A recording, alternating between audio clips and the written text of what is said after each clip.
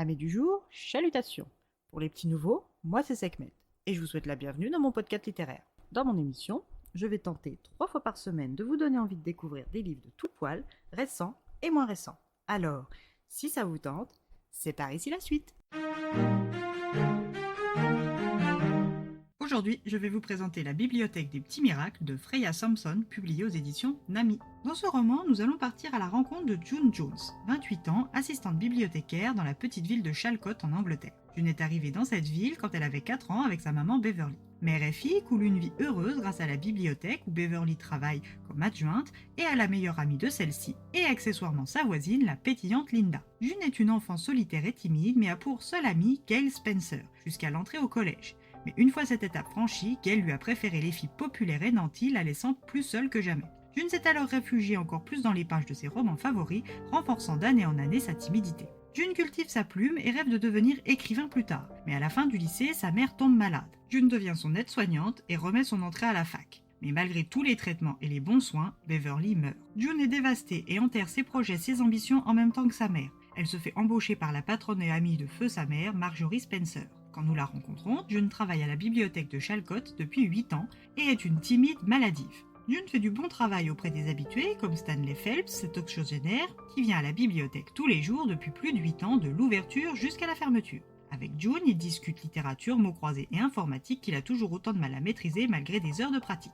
June se sent faire partie intégrante de la bibliothèque mais n'a pourtant pas encore les épaules pour se sentir pleinement utile ou à son aise. Alors quand sa patronne Marjorie lui annonce qu'elle devra animer l'heure des comptines dans l'espace des enfants durant son absence, elle est au bord de la crise d'apoplexie. Mais ne pouvant refuser, elle essaye de se tirer de cet atelier sans trop de honte. Une fois cette chose faite, elle ne compte pas renouveler l'expérience. Si sa mère avant elle brillait par son éloquence et ses habiletés sociales, June, elle, brille plus dans l'ombre et le silence. Rien ne lui convient mieux que la tranquillité de sa maison d'enfance restée inchangée en 8 ans. Un jour de travail ordinaire à la bibliothèque, ponctué par les récriminations de Miss Bronsworth sur l'insatisfaction toujours croissante que lui inspirent ses lectures, June apprend que le conseil veut fermer 6 bibliothèques dont celle de Chalcot. June, Miss Bronsworth, Mr. Phelps, Vera, la petite mamie Rabelais-Acariade, Chantal, la lycéenne et Jackson, le jeune garçon scolarisé à domicile, ils sont tous sous le choc. Mais Miss B, habituée aux manifestations en tout genre, décide de lancer un mouvement militant pour sauver la bibliothèque.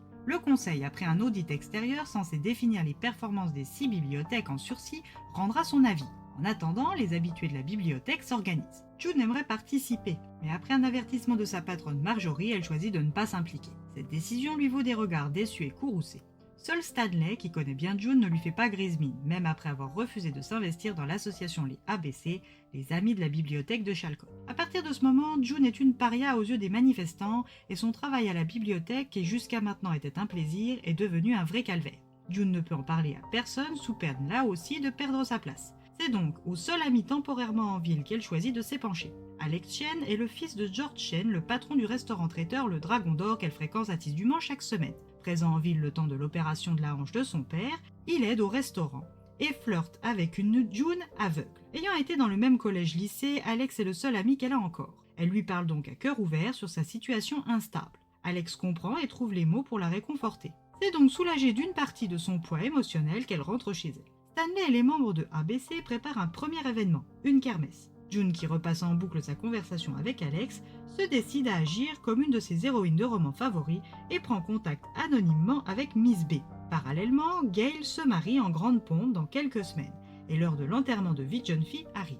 Marjorie, mère de la mariée, patronne de June, décide pour protéger la carrière de son mari de donner comme mission à June de se débarrasser du stripteaseur prévu par les super copines de Gail. June, encore une fois paralysée par sa timidité, n'a pas pu refuser. June a pour ambition de sauver la bibliothèque, même si pour ça elle doit rester dans l'ombre. Ses discussions avec Stanley et Alex s'accélèrent, et les enjeux grandissent. Et quand elle met en perspective toutes les informations qu'elle obtient, elle sait que malversation il y a. Mais la grande question, c'est est-ce que Marjorie, qui est à 1 an de la retraite, est impliquée? Ou est-elle, comme les autres, totalement ignorante?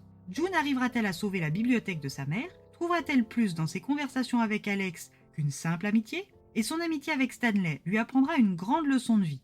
Alors, si vous voulez vous aussi bénéficier des conseils avisés de Mr. Phelps, il vous reste qu'une seule option, et c'est celle de lire ce roman.